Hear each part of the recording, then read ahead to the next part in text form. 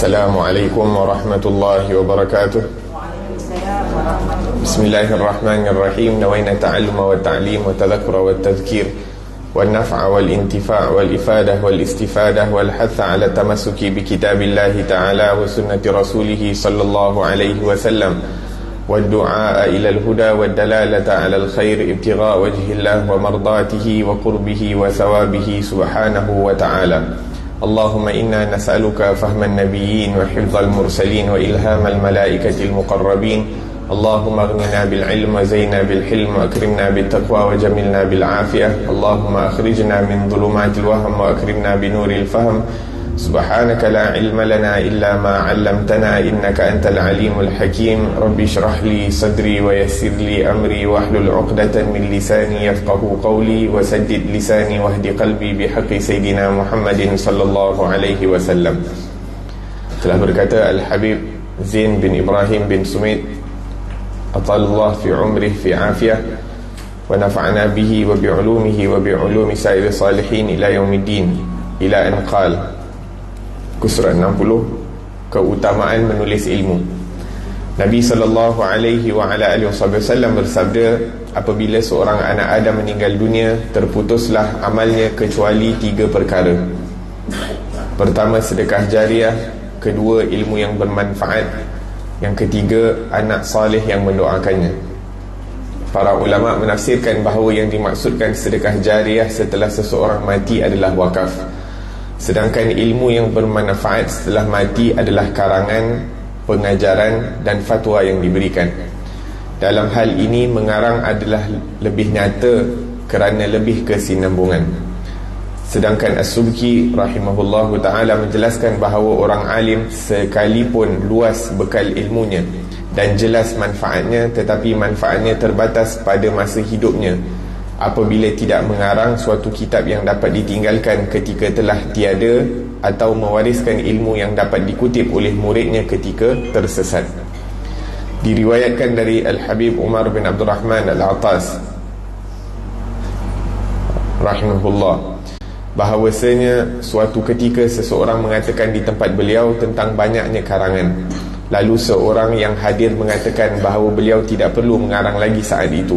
Maka berkatalah Al-Habib Umar, apakah akan merugikan bila seseorang menyuruh setelah sebelumnya ada orang lain yang menyeru?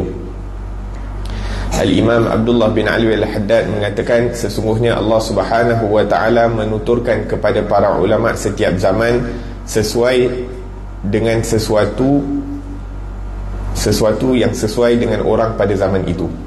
Namun karangan dapat mencapai tempat-tempat yang jauh dan akan tetap ada meskipun orang alim itu telah tiada. Maka baginya akan tercapai dengan semua itu keutamaan menyebarkan ilmu. Dan seseorang yang membuat karangan akan dicatat sebagai guru yang selalu menyeru kepada Allah Subhanahu wa ta'ala meskipun telah berada di dalam kubur.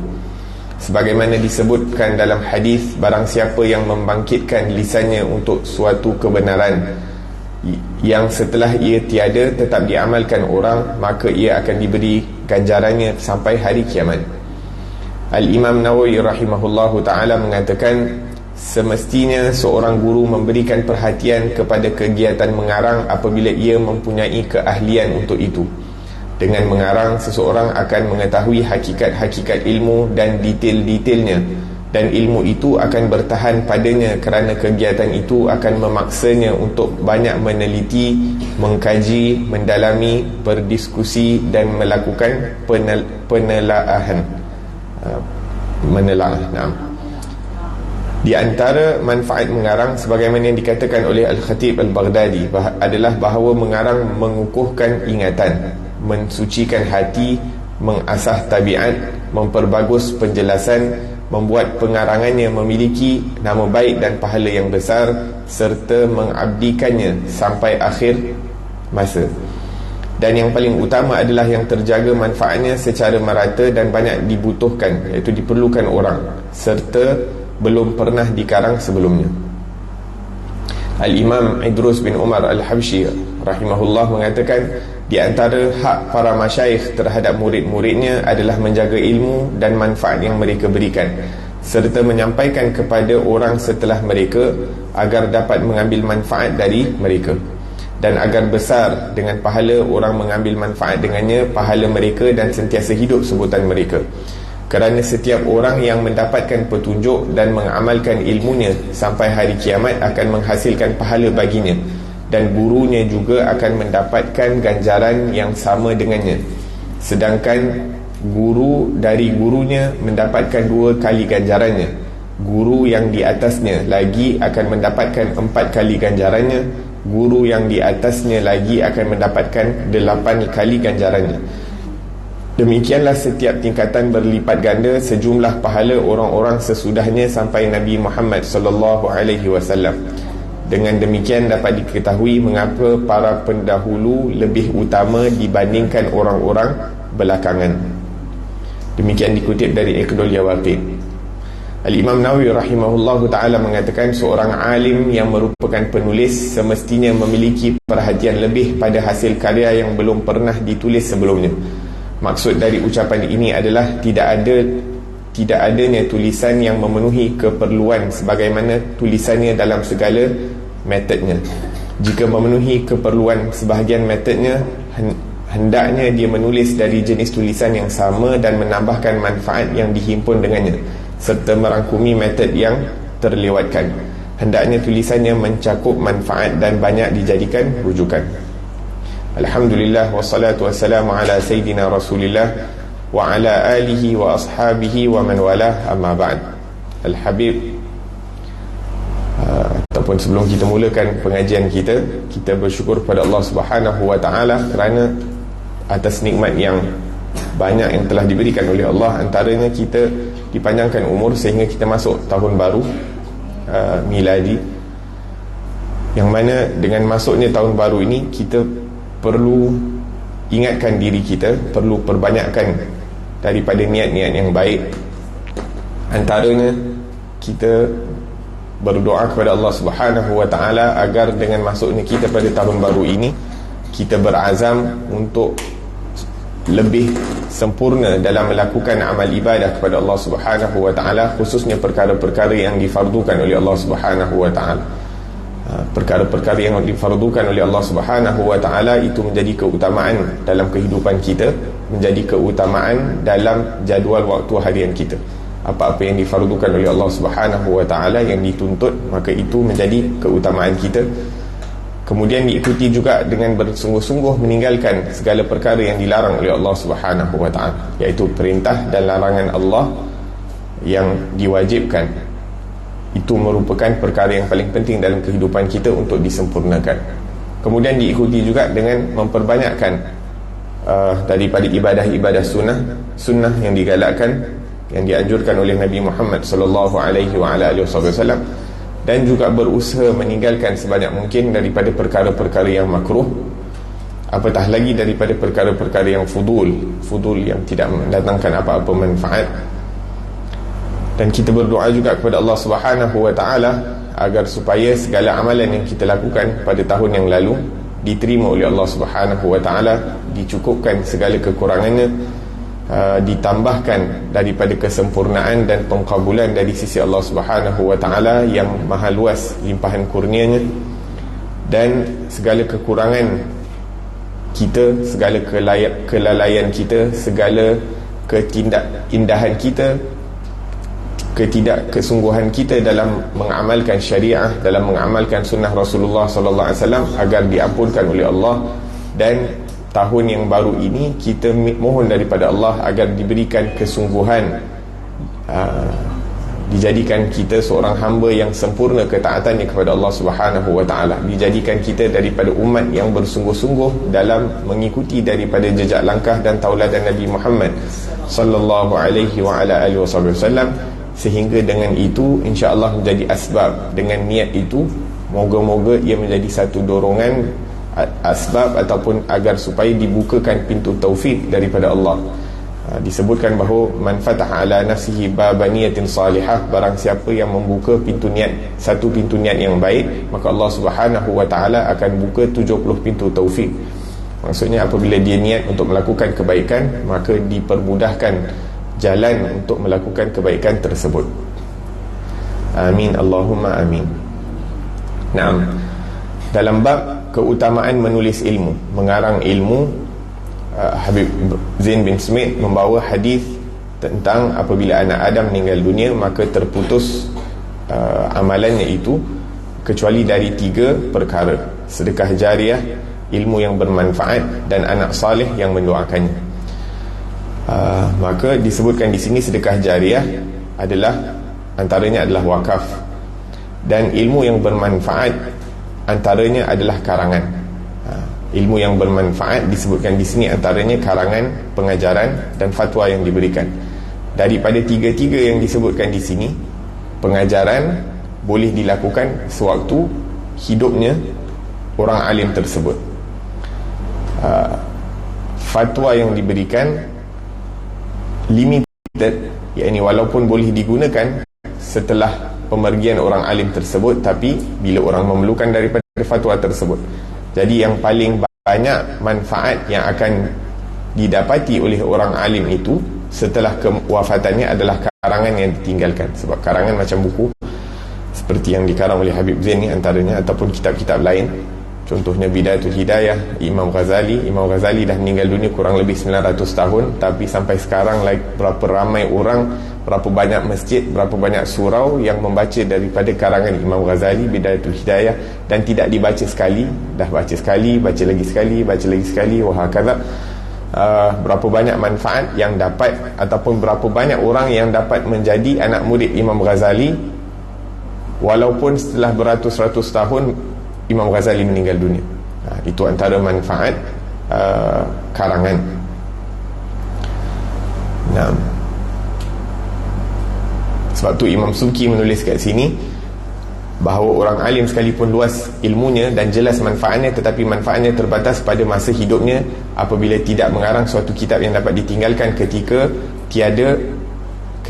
telah tiada, atau mewariskan ilmu yang dapat dikutip oleh muridnya ketika tersesat. Maksudnya dengan adanya karangan, dengan adanya penulisan, maka hatta dah meninggal dunia orang boleh mencari daripada karangan tersebut. Jadi penting, maksudnya kalau kita di permulaan penuntut ilmu ataupun hatta di pertengahan, nota-nota yang kita buat, semakin banyak kita buat nota, semakin sempurna susunan nota kita, maka itu akan menjadi manfaat buat orang-orang yang datang selepas kita. Imam lama Masjid Wadi Hasan, Al-Habib Zain bin Husain Al-Habshi, mungkin ramai yang kenal Habib Zain bin Husain, lama dia jadi imam kat Masjid Wadi Hasan, kurang lebih 20 tahun. Maka Habib Zain banyak penulisan,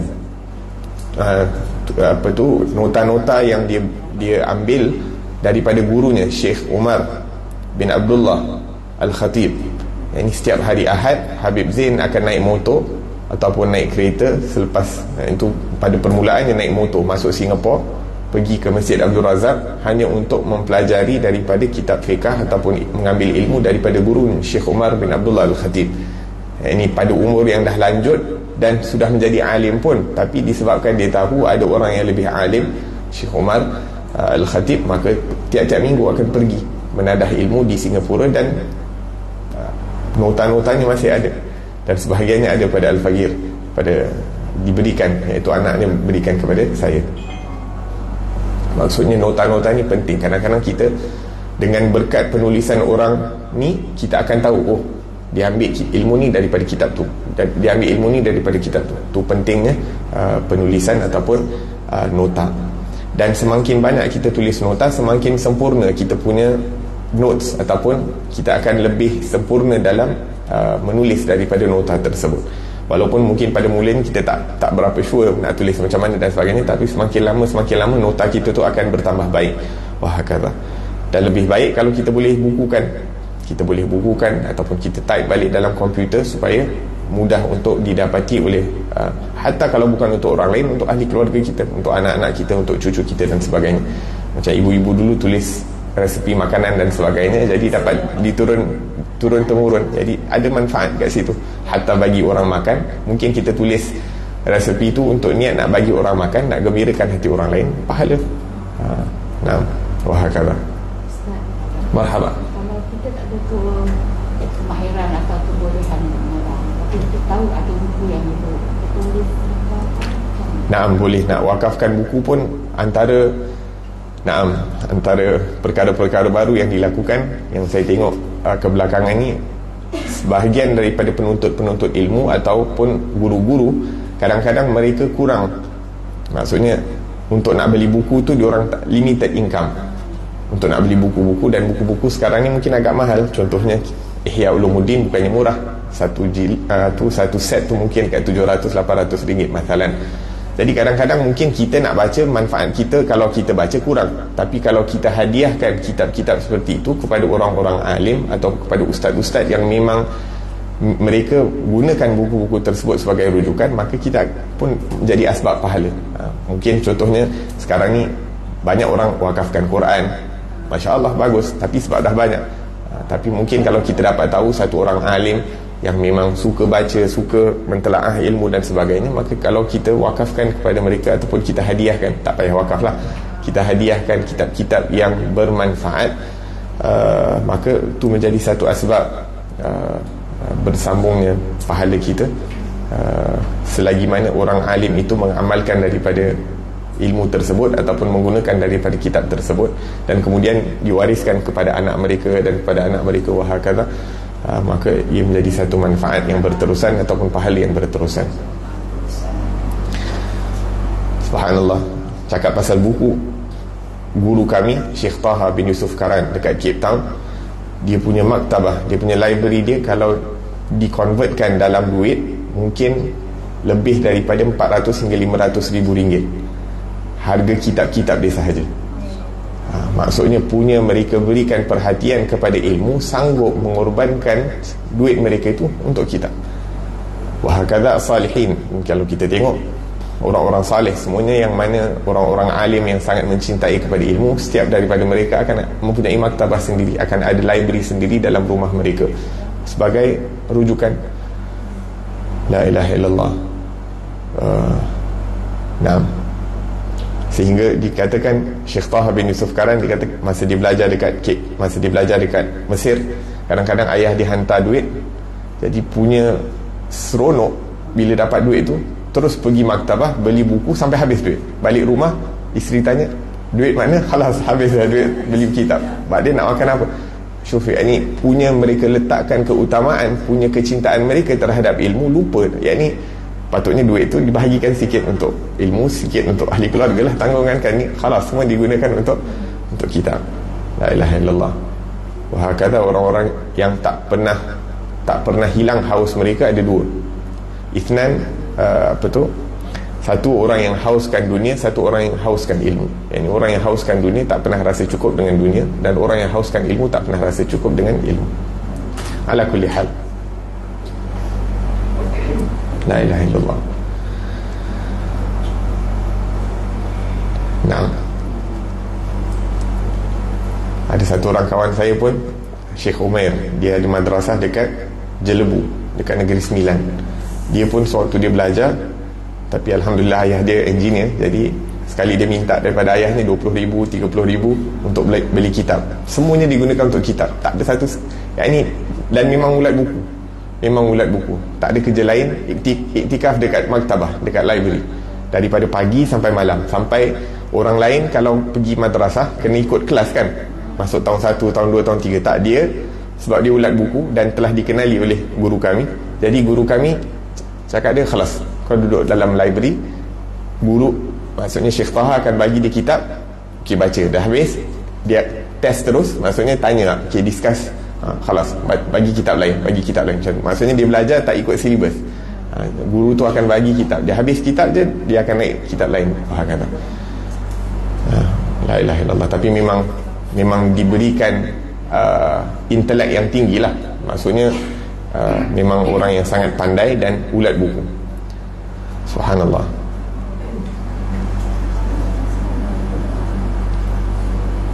Diriwayatkan daripada Habib Umar bin Abdul Rahman Al-Attas. Naam, ada orang tanya kepada Habib Umar bin Abdul Rahman tentang kenapa nak tulis karangan banyak-banyak sedangkan karangan yang terdahulu pun ada banyak. Jadi Habib Umar mengatakan, rugi ke kalau kita mengulangi perkara yang telah disebutkan oleh orang yang terdahulu? Wa dzakir fa inna dzikra tanfa'ul mu'minin. Berilah peringatan kerana peringatan itu membawa manfaat kepada orang-orang yang beriman. Tapi kalau kita rasa peringatan itu tidak memberi manfaat, ataupun kalau seseorang itu merasakan bahawa peringatan ataupun ulangan daripada perkara yang sama tu tak membawa manfaat, maka ditakuti keimanannya. La ilaha illallah. Kadang-kadang kita fikir kenapa orang cakap ulang benda yang sama, ulang benda sama. Kadang-kadang benda tu dah diulangi mungkin 3 kali, 10 kali, tapi kita tanya balik diri kita, adakah kita dah amalkan perkara tersebut? Adakah kita telah faham perkara tersebut? Adakah kita telah menghafal perkara tersebut? Wahakadha. Nah, dan Habib Umar bin Abdul Rahman Al-Attas, ada orang bertanya tentang Habib Umar bin Abdul Rahman, ditanyakan kepada Habib Abdullah bin Ali Al-Haddad. Ini Habib Umar ni seakan-akan tidak mengarang apa-apa kitab, seakan-akan tidak mengarang apa-apa kitab. Yang famous yang ditulis adalah Ratibul Attas, himpunan zikir. Tapi Habib Abdullah bin Ali Al-Haddad mengatakan, cukup kau tengok aku sebagai karangannya Habib Umar. Maksudnya kadang-kadang para ulama dia mengarang buku, kadang-kadang para ulama mereka mengarang orang, menjadikan manusia itu manusia. Sebab tu disebutkan laulal ulama lakana an-nas kal bahaim. Kalau bukan kerana para ulama, maka manusia itu menjadi seperti binatang, waliyadzubillah. Jadi disebabkan ada para ulama yang mengajar, ada para ulama yang mendidik, ada para ulama yang bersungguh-sungguh untuk yakni mentarbiah diri-diri manusia ini sehingga diri mereka itu menjadi insan yang sempurna. La ilaha illallah. Naam.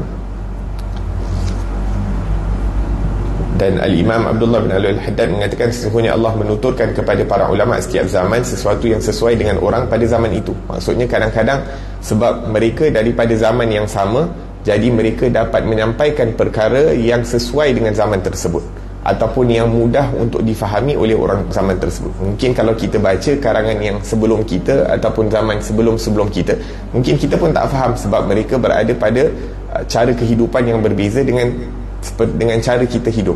Tapi kalau kita dengar ceramah ulama zaman sekarang, mereka hidup di zaman kita, maka mereka mampu untuk nak relatekan al-waqi', perkara yang berlaku di zaman kita dengan syariah ataupun dengan sunnah. Nah, karangan dapat mencapai tempat-tempat yang jauh dan akan tetap ada meskipun orang alim itu telah tiada. Dan alhamdulillah sekarang ni dengan adanya media sosial ataupun adanya internet, berapa banyak maktabah-maktabah, kitab-kitab yang ada dalam application, Google Store, app, dan juga dalam PDF dan sebagainya, maka mudah untuk mendapatkan ilmu. Cumanya semangat untuk menuntut ilmu tu dah tak ada. Ilmu tu semakin banyak, kalau nak ikutkan ilmu dan maklumat itu semakin banyak, tapi orang semangat untuk menuntut ilmu tu dah berkurangan. Semangat untuk menuntut ilmu itu berkurangan. Maka baginya akan tercapai dengan semua itu keutamaan menyebarkan ilmu. Dan seseorang yang membuat karangan akan dicatat sebagai guru yang selalu menyeru kepada Allah Subhanahu wa taala meskipun telah berada di dalam kubur. Hadza wadih. Nah, maksudnya orang yang menyampaikan kebenaran dan kemudian kebenaran itu diamalkan selepasnya, sama ada sewaktu dia hidup ataupun selepas mati, maka pahala itu akan masuk dalam buku catatannya hingga hari kiamat. Kemudian disebutkan di sini tentang fadilah, kelebihan mengarang ilmu, tapi dengan syarat mempunyai keahlian lah. Jangan suka-suka hati nak tulis, jangan suka-suka hati nak tulis, nak ni lepas tu nak cakap diri dia orang alim dan sebagainya lah. Maksudnya kalau betul dia ambil faedah itu daripada orang lain, kena cakap, ini yang saya faham daripada apa yang saya ambil, daripada apa yang saya dengar daripada orang alim itu. Kenapa kadang-kadang perlu untuk nak cakap apa yang saya faham? Sebab kadang-kadang apa yang kita faham dan apa yang dimaksudkan oleh orang alim itu berbeza. Sebab tu kalau kita tengok Al-Imam Abdullah bin Ali Al-Haddad ada menyebutkan bahawa, ataupun para ulama terkadang mereka melarang orang-orang yang beginners membaca kitab-kitab yang pertengahan ataupun yang lebih tinggi. Apa mereka takut? Takut yang orang yang beginner ni bila baca kitab tinggi salah faham apa yang ditulis. Yang ditulis tu tak salah, tapi cara memahami tu salah. Jadi itu yang ditakuti, sehingga sebab tu kadang-kadang bila kita baca kitab orang ataupun kita terjemahkan kalam orang lain, itu mengikut kefahaman kita, apa yang kita mampu faham. mengikut level kefahaman kita, itu yang kita faham, dan itu yang mampu kita tulis. Akan tetapi hakikat kefahaman yang dimaksudkan oleh penulis itu Allah Ta'ala alam. Sebab tu perlu ada guru.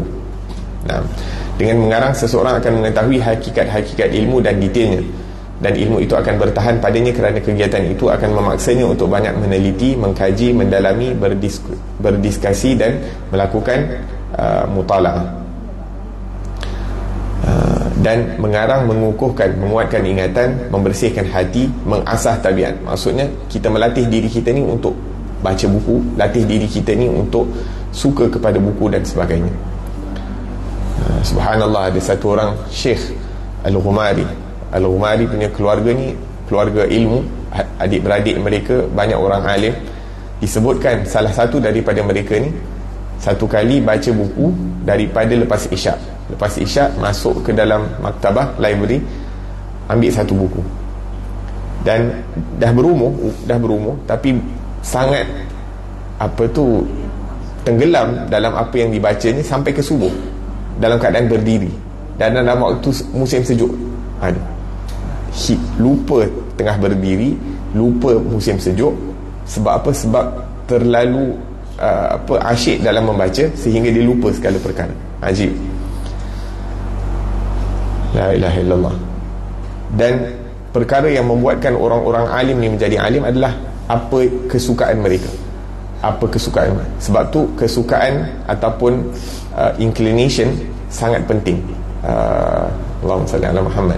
Hati kita ni cenderung kepada apa?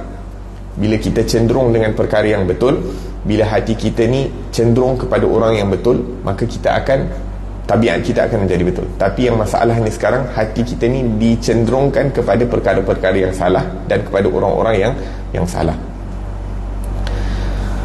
La ilaha illallah. Naam. Membuat pengarangan memiliki nama baik dan pahala besar serta mengabdikannya sampai akhir masa. Nah, jadi kalau contohnya kita hadir banyak kelas, ada kelas fiqah, kelas akidah, kelas tasawuf. Maksudnya kalau kita ada untuk note untuk fiqah yang ni, notes untuk akidah yang ni, notes untuk ni. Jadi lama-lama mungkin kita punya notes tu pun bila dah tersusun betul, jadi kita akan dapat faham dengan lebih jelas. Ataupun mungkin bila kita hadir kelas subjek yang sama, walaupun kitab berbeza tapi subjek yang sama, jadi kita punya kefahaman tu lebih jelas bila diterangkan. Dan yang paling utama adalah yang terjaga manfaat secara merata dan banyak diperlukan orang. Maksudnya kalau kita mengarang kitab-kitab yang kebetulan ianya diperlukan, maka itu lebih banyak manfaatnya. Jadi mungkin sebelum mengarang, walaupun setengah-setengah setiap topik itu penting, tapi ada topik yang lebih penting berbanding yang lain. Jadi kalau kita tengok pun, kalau nak buat PhD dan sebagainya, nak buat thesis, master dan PhD pun, biasanya kita akan discuss dulu dengan supervisor, tengok ni dah ditulis belum, atau topik ni dah ditulis. Sebab apa? Tak nak repetition. Tapi dalam ilmu agama ni tak masalah pun kalau repetition, sebab sentiasa bermanfaat. Dan disebutkan di sini tentang pahala menyampaikan ilmu ataupun menulis ilmu, iaitu setiap generasi yang sebelum itu pahalanya lebih banyak daripada pahala yang sebelum. Kita berada pada kurun ke-15, yang kurun 14 pahalanya lebih banyak daripada ulama kurun 15. Kurun 13, sebab dia ada dua tier bawah dia, dua golongan bawah dia, kurun 14 dan 15, maka pahala dia lebih tinggi. Wahakadha sampai ila Rasulullah sallallahu alaihi wasallam, sampai Rasulullah. Maka Rasulullah merupakan orang yang subhanallah, setiap saat kita tak boleh nak bayangkan. Kita zaman kita sekarang ni je, satu dunia orang Islam mungkin ada kurang lebih 1 bilion ataupun lebih, dan daripada 1 bilion tu amalan-amalan mereka semuanya kembali kepada generasi sebelum mereka. Semua amalan generasi sebelum mereka kembali kepada generasi sebelum mereka, sampailah Rasulullah sallallahu alaihi wasallam. Jadi kita tak boleh nak bayangkan berapa banyak pahala dan darjat yang dinaikkan Allah untuk Rasulullah sallallahu alaihi wasallam disebabkan dakwah yang dilakukan oleh Rasulullah sallallahu alaihi wasallam, disebabkan tangisan Rasulullah setiap malam, disebabkan tahajudnya Rasulullah setiap malam, disebabkan jihad yang dilakukan oleh Rasulullah sallallahu alaihi wasallam dan as-sahabah, sehingga kita dapat agama Islam. kita dapat mengamalkan ilmu dan dapat mempelajari daripada ilmu. Jadi semua pahala tu dapat kepada Rasulullah sesuai dengan firman Allah, walal akhiratu khairul laka minal ula, dan akhirat itu lebih baik daripada al-ula, dunia, kata para ulama, iaitu waktu yang selepas lebih utama untuk Rasulullah daripada waktu yang sebelum. Kenapa? Sebab setiap saat darjat Nabi meningkat dengan tingkatan yang sangat banyak. Maka di sini merupakan salah satu kelebihan orang-orang alim apabila mereka mengajarkan ilmu mereka dan juga mereka mengarangkan daripada ilmu yang mereka dapatkan.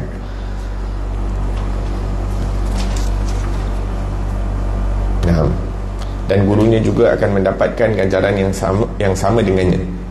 Sedangkan guru dari gurunya mendapat 2 kali ganjarannya. Guru yang di atasnya lagi akan mendapatkan 4 kali ganjaran. Guru yang di atasnya lagi akan mendapatkan 8 ganjaran. Demikian setiap tingkatan berlipat ganda jumlah pahala orang-orang sesudah Nabi Muhammad SAW.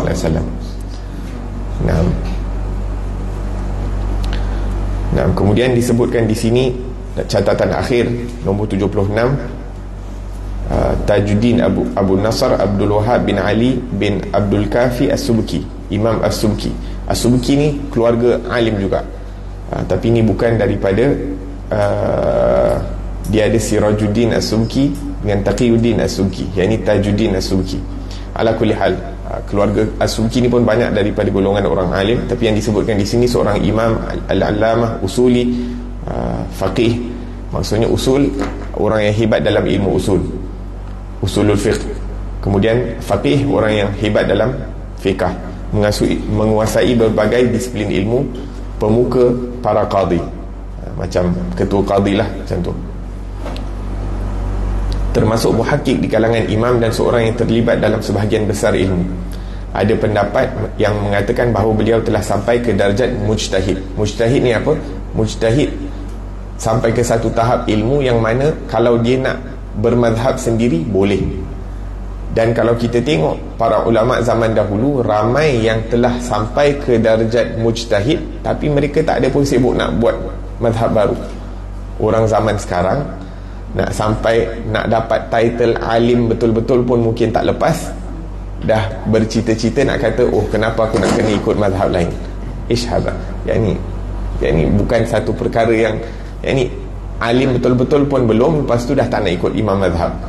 Orang dulu dah boleh nak buat mazhab sendiri, tapi masih lagi rasa tak ada keperluan untuk buat mazhab sendiri dan lebih senang mengikuti mazhab yang telah sedia ada.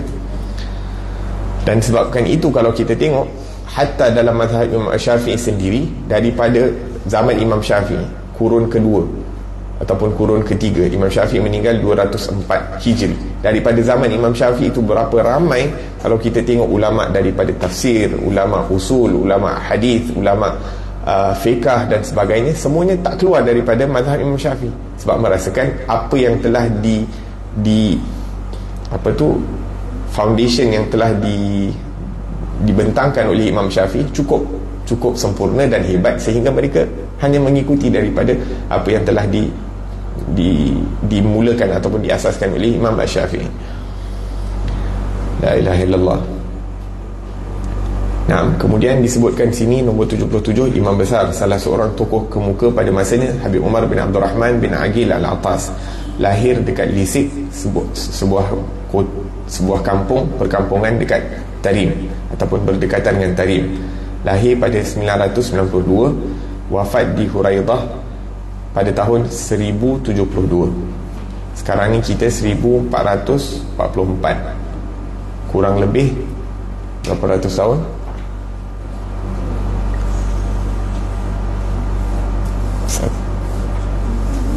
1072 tolak 1444 tolak 1072, kurang lebih 372 tahun telah meninggalkan kita. Akan tetapi dekat Johor je berapa ramai orang yang membaca Quran ratib Al-Imam Umar bin Abdul Rahman Al-Attas. Nah, mengambil ilmu dari gurunya Husain bin Syekh Abu Bakar bin Salim. Sedangkan yang mengambil ilmu darinya di antaranya Imam Haddad Al-Habib Ali bin Hasan Al-Attas, secara khusus menulis riwayat hidupnya dalam 2 jilid besar. Nah, keluarga Al-Attas pun banyak dekat Johor. Kalau kita tengok mufti yang pertama Habib Salim bin Ahmad Al-Atas. Kalau kita pergi perkuburan Mahmudiyah, ada kubah yang kalau putih tu Habib Salim bin Ahmad Al-Atas, mufti pertama kat Johor. Kemudian diikuti dengan Habib Muhsin bin Abdul Qadir Al-Atas, mufti kedua Johor. Kemudian diikuti dengan Habib Alwi bin Tahir Al-Haddad, mufti yang ketiga di Johor. Jadi naam. Dan kalau kita tengok mengambil ilmu dari gurunya Husain bin Syekh Abu Bakar bin Salim, ini pun kurang lebih pakcik dia juga. Sebab Habib Umar bin Abdul Rahman bin Agil dengan Abu Bakar tu, Agil dengan Abu Bakar tu kembar. Jadi Abu Bakar punya anak Husain, Agil punya anak Abdul Rahman. Jadi Abdul Rahman dengan Husain sepupu. Jadi basically dia belajar daripada pakcik dia lah, pakcik dia. Jadi Masya Allah, orang-orang dulu ataupun keluarga khususnya dekat Kota Hadramaut ni, kebanyakan mereka, ahli keluarga mereka ni semua orang alim. Jadi anak ambil daripada bapa ataupun anak ambil daripada pakcik, sebelah, sama ada daripada sebelah ayah ataupun sebelah ibu. La ilaha illallah. Kalau kita tengok Habib Abdullah bin Ali Al-Haddad, antara anak murid yang lama mendampingi dia adalah Habib Ahmad bin Zain Al-Habsyi. Yang mana Habib Ahmad bin Zain Al-Habsyi ni mendampingi Habib Abdullah bin Ali Al-Haddad selama 40 tahun. Apa hubungan mereka? Pakcik daripada sebelah ibu. Habib Abdullah bin Ali Al-Haddad pakcik kepada Habib Ahmad bin Zain sebelah ibu. Jadi subhanallah, nak tunjuk yakni betapa mereka pentingkan ilmu. Hatta bila nak kahwinkan anak mereka, mereka akan cari orang-orang yang berilmu dan orang-orang yang mempunyai akhlak. Ini off topic, tapi Nabi SAW berpesan, kalau kita nak cari menantu lelaki, apa yang dipesan oleh Rasulullah, idza ja'akum man tardawna dinahu wa khuluquhu fazawwiju. Apabila datang kepada kamu orang yang mempunyai dua sifat, kata Nabi SAW.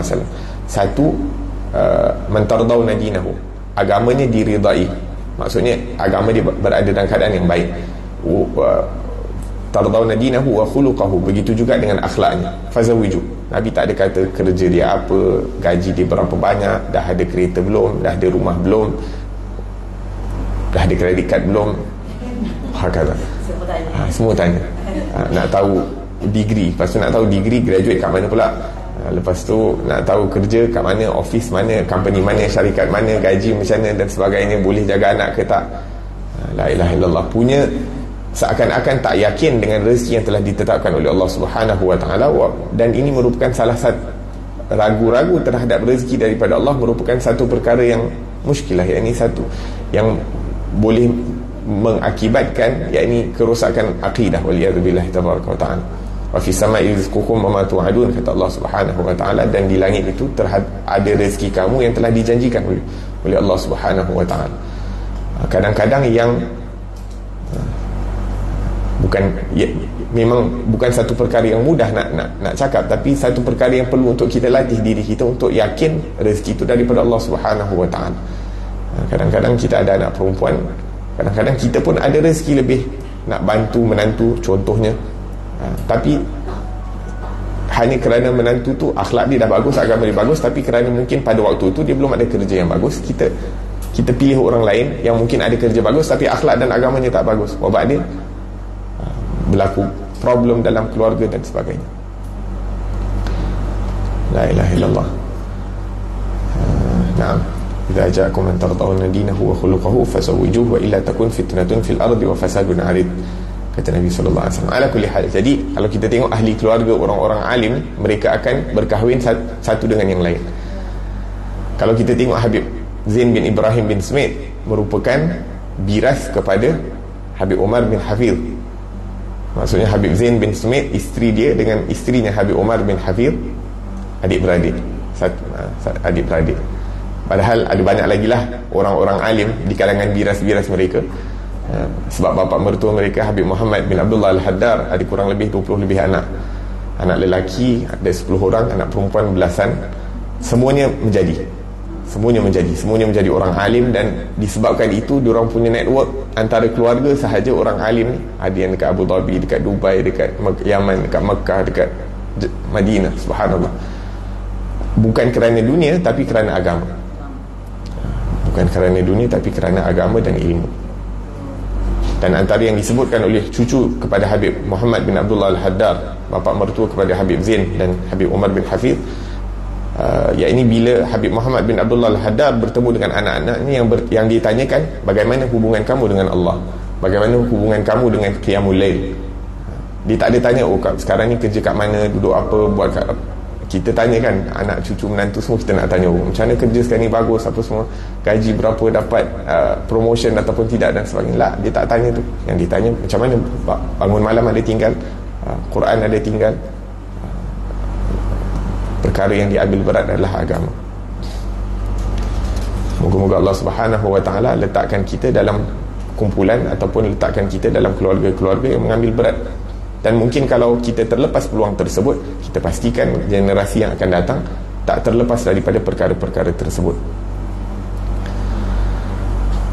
La ilaha illallah.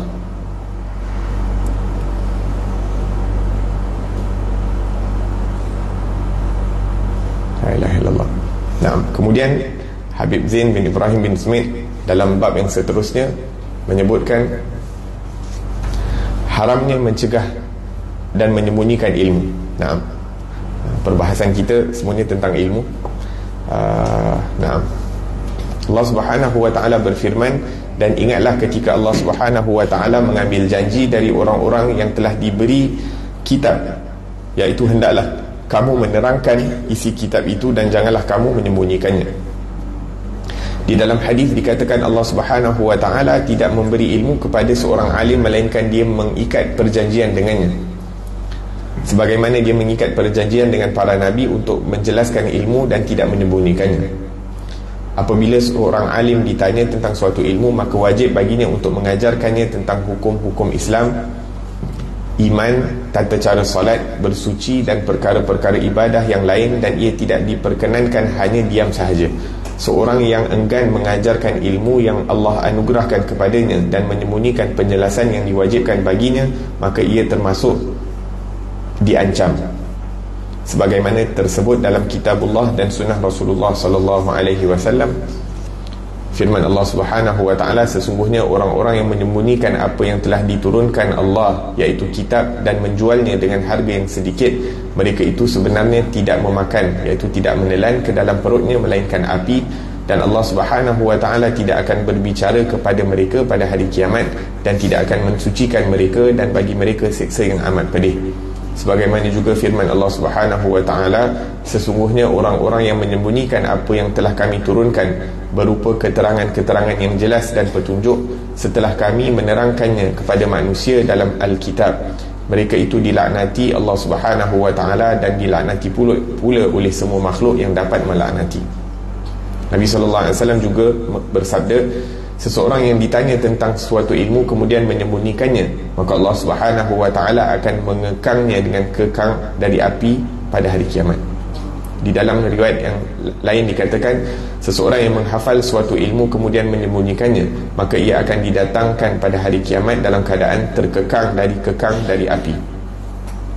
Nabi SAW juga mengatakan, apabila muncul fitnah-fitnah dan para sahabatku dicaci, maka hendaklah orang yang alim menampakkan ilmunya, dan barang siapa yang tidak melakukan hal itu, maka ia mendapat laknat Allah Subhanahu Wa Taala, para malaikat dan semua manusia. Demikian yang disebut oleh Al-Imam Abdullah bin Alwi Al-Haddad dalam kitab Ad-Da'wah At-Tammah. Dan dalam sebuah suratnya kepada seorang penguasa, beliau mengatakan, sesungguhnya Allah Subhanahu Wa Taala telah mengikat perjanjian dengan orang-orang yang diberi Alkitab, iaitu diberikan ilmu, agar mengajarkannya kepada manusia dan tidak menyembunyikannya. Dalam sebuah riwayat disebutkan berapa banyak keburukan raja tercatat dalam lembaran, iaitu buku catatan amal para ulama di masanya, kerana mereka tidak menasihati dan tidak memberi petunjuk menuju kebenaran. Sebaik-baik raja adalah raja yang keputusannya timbul dari pendapat para ulama, dan seburuk-buruk ulama adalah yang menjadikan ilmunya mengikuti pendapat raja-raja. Waliyadzubillah tabaraka ta'ala. Nah, kita stop guys, itu dulu. Nah, dalam bab ini disebutkan tentang bahaya menyembunyikan ilmu. Allah Subhanahu Wa Taala apabila menurunkan Al-Quran, Allah memberitahu kepada Nabi Muhammad litubayyina linnasi ma nuzila ilaihim. Tugas Nabi sallallahu alaihi wasallam setelah diberikan Al-Quran untuk menerangkan kepada manusia. Maka setelah Nabi SAW menerangkan ilmu tersebut kepada manusia, dan pewaris-pewaris Nabi, apa-apa bahagian yang mereka dapat daripada ilmu tersebut perlu untuk disampaikan. Sebab tu Nabi bagi tahu, balighu anni walau ayat, sampaikanlah daripada aku walaupun satu ayat. Maka ilmu ni bukan untuk disimpan, untuk diamalkan dan untuk disampaikan kepada orang-orang lain. Kerana apabila disampaikan, manfaatnya akan datang kepada orang yang menyampaikan dan disampaikan. Seperti yang kita sebutkan dalam perbahasan yang lalu, soalan itu memberi manfaat kepada 4 golongan: orang yang bertanya, orang yang ditanya, orang yang mendengar, dan orang yang mencintai daripada ilmu tersebut. Jadi bila disampaikan ilmu, ramai orang akan mendapat manfaat. Terutamanya apabila seorang alim ditanya tentang sesuatu ilmu, maka wajib baginya untuk mengajarkannya tentang hukum-hukum Islam, iman, tata cara solat, bersuci dan perkara-perkara ibadah yang lain. Dan ia tidak diperkenankan, iaitu dibenarkan hanya diam sahaja. Punya penting benda ni sampai satu kali Nabi SAW sewaktu berada di atas mimbar, ada orang Badui datang tanya kepada Rasulullah tentang solat, tentang perkara-perkara basic fardu ain. Maka Nabi SAW yang sedang berkhutbah ataupun sedang memberi tausiah dekat atas mimbar, berhenti, turun, mengajarkan perkara-perkara tersebut, perkara-perkara yang ditanyakan. Sebab seakan-akan Nabi nak tunjuk apa yang ditanyakan itu lebih penting daripada apa yang sedang disampaikan di atas mimbar. Tapi mungkin kita tak akan nampak lah kot perkara ni berlaku zaman kita kan. Mungkin tak ada orang akan bertanya sewaktu ustaz dekat atas mimbar, sebab takut dikecam, dan ustaz pun tak akan stop apabila ditanya. La ilaha illallah. Tapi ini salah satu sunnah yang diajarkan oleh Nabi Muhammad SAW.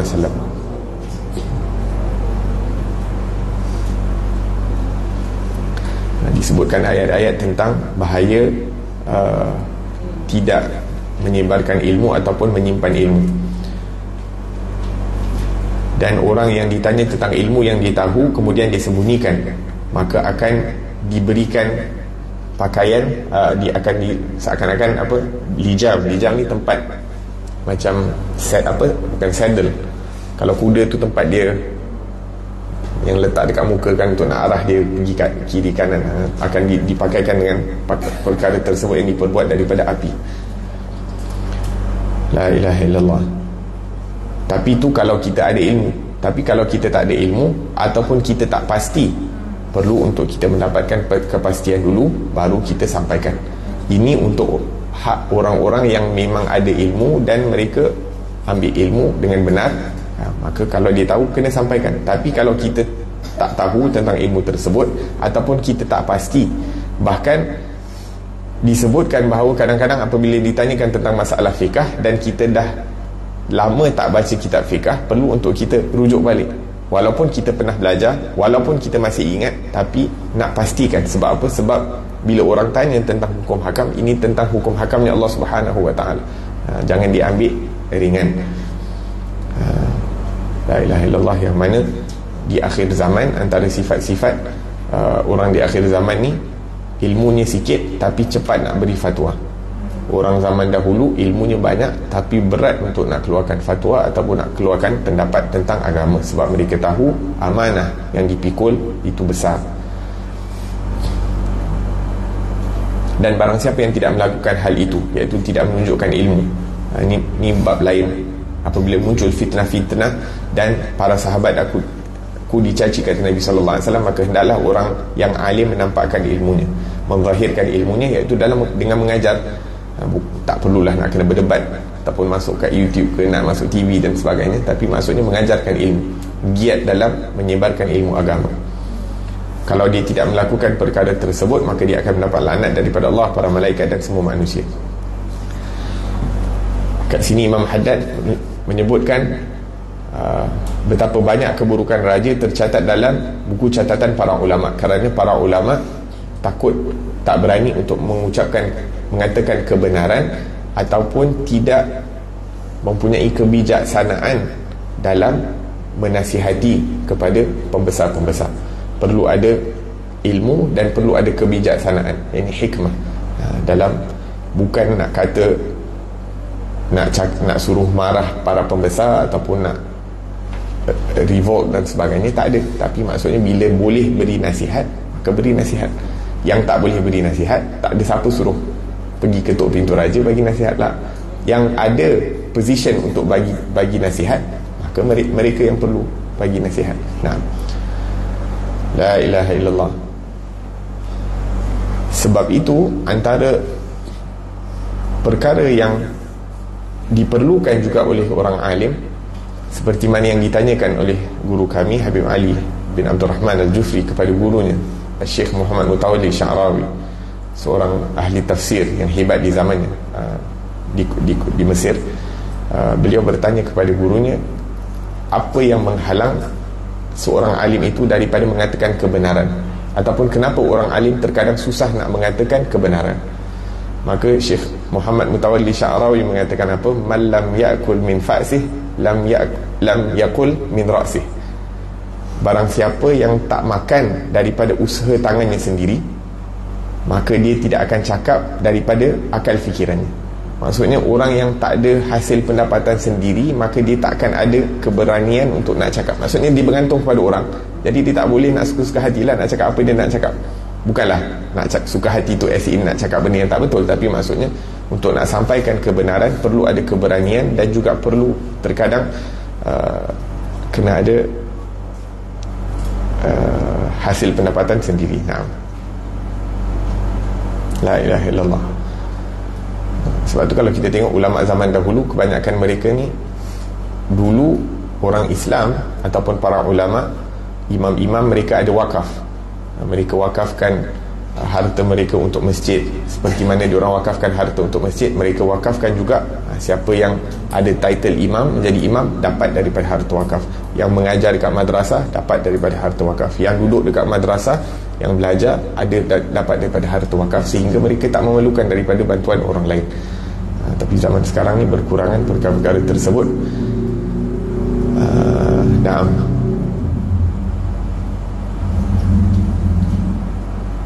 Sebaik-baik raja adalah raja yang keputusannya timbul dari pendapat para ulama, dan seburuk-buruk ulama adalah yang menjadikan ilmunya mengikuti pendapat para raja-raja. Walhasil, kalau kita tengok dalam ayat laqad kana lakum fi rasulillahi uswatun hasanah, sesungguhnya untuk diri kamu, untuk kamu pada diri Rasulullah itu adalah tauladan yang baik. Nabi tauladan untuk raja-raja, Nabi tauladan untuk pemimpin, Nabi tauladan untuk panglima perang, Nabi tauladan untuk rakyat, Nabi tauladan untuk orang alim, Nabi tauladan untuk setiap golongan manusia. Dalam apa-apa keadaan kita akan dapat jumpa tauladan yang sempurna pada diri Rasulullah sallallahu alaihi wasallam. Tinggal lagi kita nak cari, nak mempelajari daripada ilmu tersebut.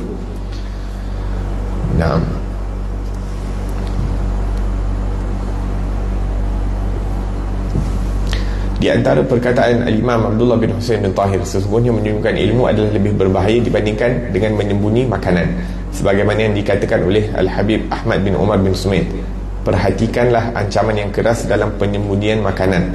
Maksudnya orang yang hot food kan, kadang-kadang diorang simpan makanan supaya apa? Supaya harga naik. Bila harga naik baru mereka jualkan. Ada ancaman terhadap perkara tersebut. Jadi Habib Ahmad bin Umar bin Sumaid mengatakan, bagaimana pula menyimpan ilmu sedangkan manfaat ilmu itu lebih luas daripada manfaat makanan. Saya menginginkan setiap orang mengajarkan yang diketahuinya meskipun ilmunya sedikit. Maksudnya walaupun ilmu sedikit, apa-apa sedikit yang kita ada tu kita sampaikan kepada orang lain. Dan penyampaian kebaikan terkadang bukan hanya dengan perkataan. Menyampaikan kebaikan itu kadang-kadang boleh dilakukan dengan perbuatan. Maka dengan kita mengamalkan ilmu tersebut, dan amalan itu dapat dilihat oleh orang lain dan dapat dirasai oleh orang lain, itu pun asbab penyebaran ilmu. Syekh Al-Islam Zakaria Al-Ansari mengatakan, berhati-hatilah terhadap perbuatan menyembunyikan ilmu dari musuhmu, kerana sesungguhnya syariat hanyalah milik Allah dan Rasulnya, sedangkan di antara syarat setiap orang yang mencintai Allah dan Rasul adalah suka menyebarkannya kepada yang disyariatkan oleh Allah dan Rasulnya kepada semua makhluk, baik kepada sahabat maupun para musuh. La ilaha illallah. Hatta para musuh, kalau musuh datang tanya tentang ilmu, kita sampaikan, dengan syarat dia nak ilmu tu betul-betul lah, bukan untuk nak berdebat, bukan untuk nak tasif. Nah, Syekhul Zakaria Al-Ansari, subhanallah, dia mula belajar ilmu pada umur 40. Syekhul Islam Zakaria Al-Ansari, dia mula belajar ilmu agama pada umur dia 40. Dan so nothing is too late. Tak ada benda yang terlewat untuk kita nak buat. Tak ada benda baik yang terlewat untuk kita nak lakukan.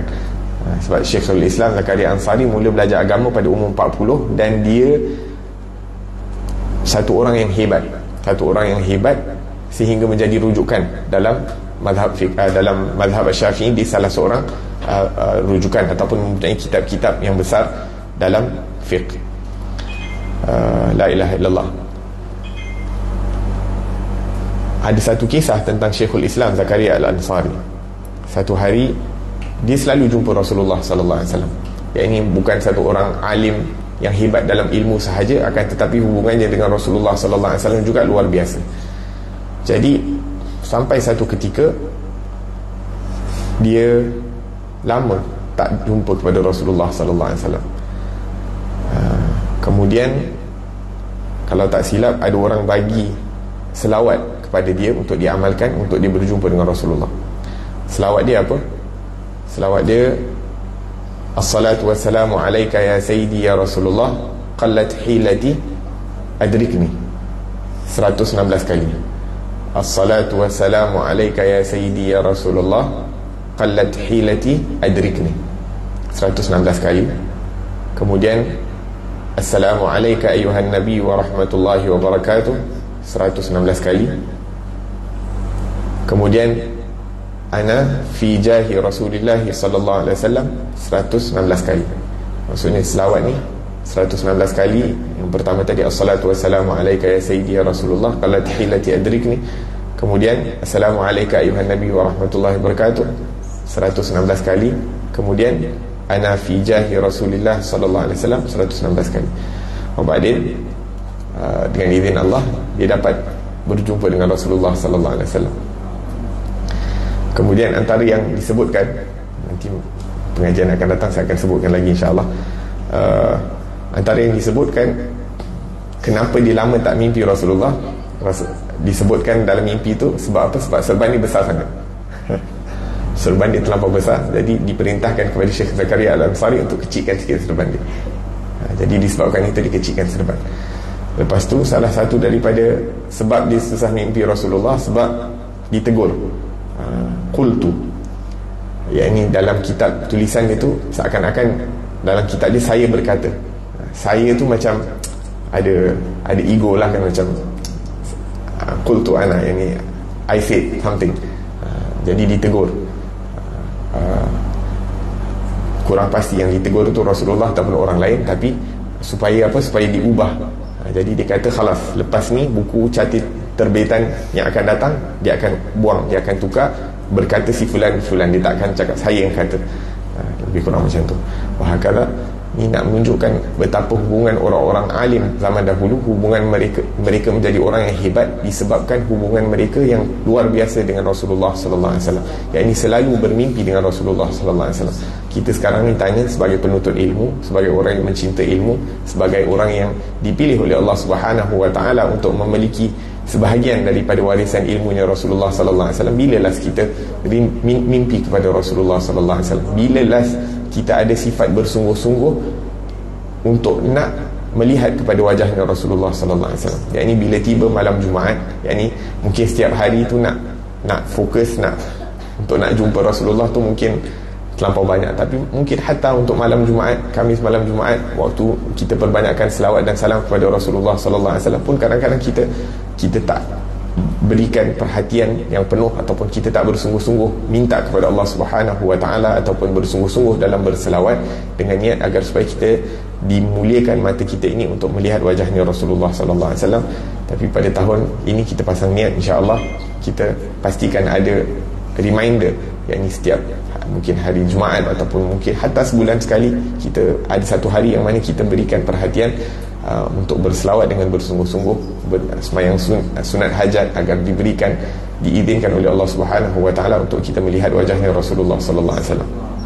Allah taala alam. Moga-moga apa yang disampaikan ini ada manfaatnya, dan moga-moga Allah Subhanahu wa taala tambahkan kita dengan ilmu yang bermanfaat في الدنيا والآخرة. آمين اللهم آمين. ربنا انفعنا بما علمتنا، ربي علمنا الذي ينفعنا، ربي فقهنا وفقه أهلنا وقرابات لنا في ديننا مع أهل القتر أنثى وذكر، ربي وفقنا وفقهم لما ترتضي قولا وفعلا كرما، وارزق الكل حلالا دائما، وأخل أتقياء علما، نحظى بالخير ونكفى كل شر. ربنا واصلح لنا كل شؤون، وأقر بالرضا منك العيون، واقض عنا ربنا كل ديون قبل أن تأتينا رسل المنون، واغفر واستر أنت أكرم من ستر، وصلاة الله تغشى المصطفى من إلى الحق دعانا، والوفاء بكتاب فيه للناس شفاء، وعلى الآل الكرام الشرفاء، وعلى صحب المصابيح الغرار. اللهم اهدنا بهداك، وجعلنا ممن يسارع في رضاك، ولا تولنا وليا سواك، ولا تجعلنا ممن خالف أمرك وعصاك. وحسبنا الله ونعم الوكيل، ولا حول ولا قوة إلا بالله العلي العظيم. وصلى الله على سيدنا محمد وعلى آله وصحبه وسلم، والحمد لله رب العالمين، والعفو منكم، والسلام عليكم ورحمة الله وبركاته.